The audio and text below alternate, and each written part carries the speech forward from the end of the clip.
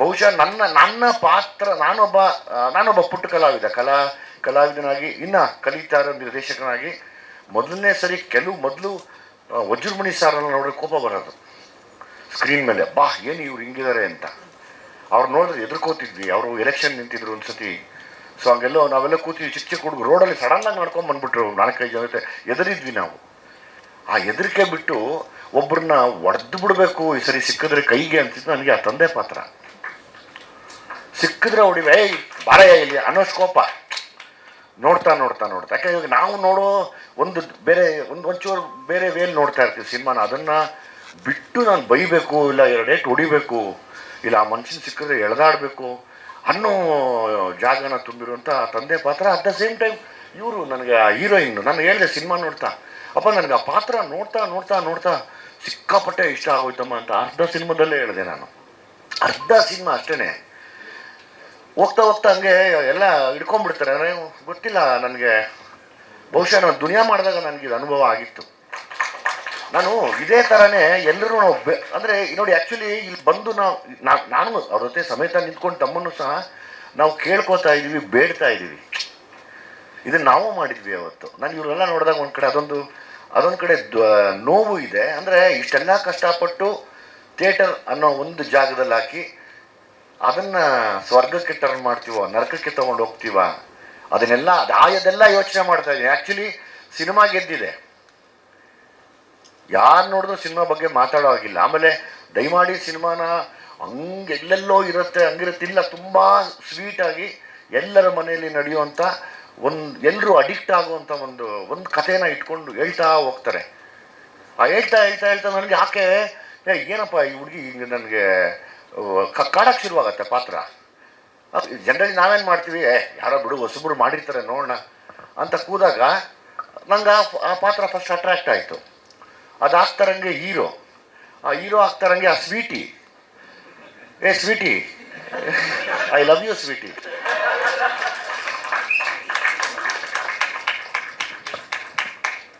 Sweety ಇಷ್ಟ ಆದರು. Sweety ಇಷ್ಟ ಆಗ್ತಾರಂಗೆ ಇವ್ರ ತಮ್ಮ ಮಾಡಿದಾರಲ್ಲ, ಎಲ್ಲಿ ಬಾಮ ಬಾ ಬನ್ನಿ, ಎಲ್ಲ ಮುಗಿಸ್ಬಿಡ್ತೀನಿ ಬನ್ನಿ ಸ್ಪೀಡಾಗಿ. ಇವ್ರ ತಮ್ಮ ಇಷ್ಟ ಆಗ್ತಾರೆ.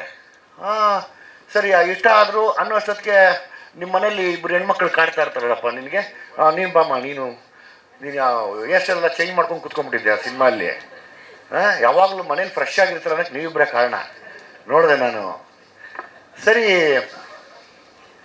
ಜೊತೆಲಿ ಆ ನಿಮ್ಮ ಫ್ರೆಂಡ್ ಮಾಡಿದ್ನಲ್ಲ ನಮ್ಮ ಹುಡುಗ ತಿಲಕ್ಕು, ನಿಮ್ಮ ತಮ್ಮ ಎಲ್ಲಿ? ಇವರಂತೂ